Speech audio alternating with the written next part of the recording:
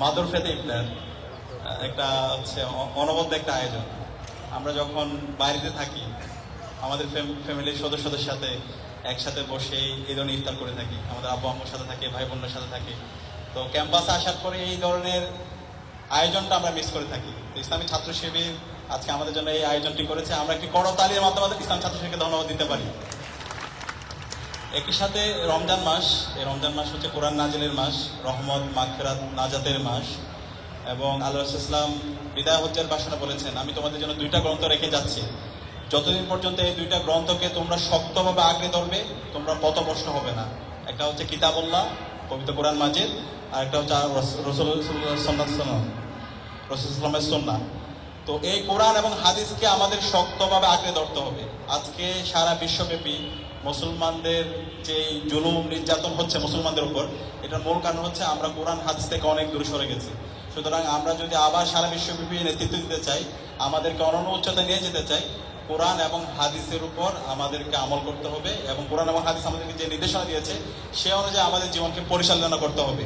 তো আমি আশা করব আজকে এখানে যারা উপস্থিত হয়েছেন, আমাদের এই রমজানে এই কোরআনটা একবার হলো অর্থ সহ শেষ করা দরকার।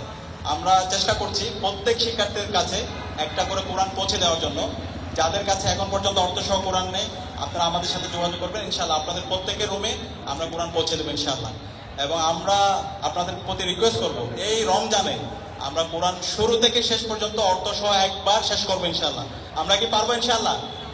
দেখেন, এই কোরআনের সব অনুবাদ যদি আমরা এক জায়গায় করি সর্বোচ্চ 700 পৃষ্ঠা হবে।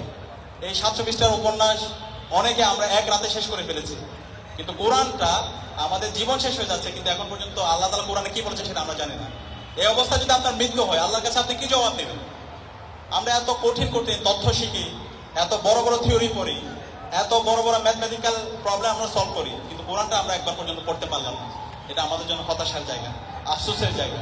সে আফসোস যেন করতে না হয়, আমাদের এই রমজানের মাঝেই যেন আমরা কোরআনটা অর্থ শেষ করি শুরু থেকে শেষ পর্যন্ত। এবং যদি পারি যত বেশি হিফজ করতে পারি, কোরআনের আয়াতের উপর হিফজ, এটা যদি করতে পারেন আপনার জীবনটা অনেক বেশি প্রশান্তিময় হয়ে উঠবে। এবং সর্বশেষ যে রিকোয়েস্টটা করব, প্রতিদিনই তো আমরা সেহরি খাওয়ার জন্য উঠি।